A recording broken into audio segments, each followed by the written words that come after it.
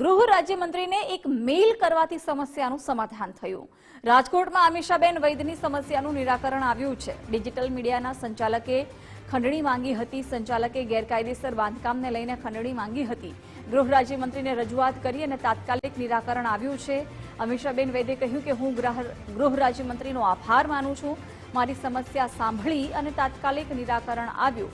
ભારત હેડલાઇનના સંચાલકે ખંડણી માંગી હતી। સંચાલકે 5 લાખ રૂપિયાની ખંડણીની માંગ કરી હતી। તેમણે ઈશારાથી આવી રીતે 5 આંગળી દબાવીને મને રકમની માંગણી કરી। પહેલી 5 આંગળી સમજો 5000, બીજી 5 આંગળીએ સમજો 50000, ત્રીજી 5 આંગળી દબાવી તો મેં સમજ્યું કે ભાઈ 5 લાખ સુધીની માંગણી કરે છે।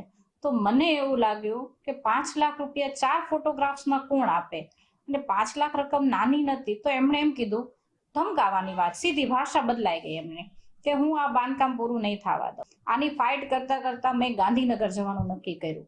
મેં કીધું ચલો એક વખત ભાઈને વાત કરીએ। મેં હર્ષભાઈને મળવાનું, અને જોગાનું જોગ હર્ષભાઈ મળી ગયા મને। હું ને મારી ડોટર બંને સાથે ગયા હતા। તો એમણે અમને કીધું કે તમે અમને આખી ફરિયાદ લેખિતમાં આપો। તો મેં એમને ઘરેથી મેલ કરી દીધો। કોર્પોરેશન લેવલેથી મને ખબર પડી ગઈ કે ભારત હેડલાઇન વાળા અમિતભાઈ ઠક્કરની કોઈ પણ ફરિયાદ કોર્પોરેશનમાં આવતી નથી। એટલે એક ન્યુસન્સથી તો ભાઈએ પોતાની ટીમ એક્ટિવ કરી અને તરત જ તે અમને પરિણામ આપ્યું હતું। ત્યારે એક થઈ ગયું કે ગૃહમંત્રી હોય તો આવા હોવા જોઈએ કે પરિણામ તરત જ આપે છે।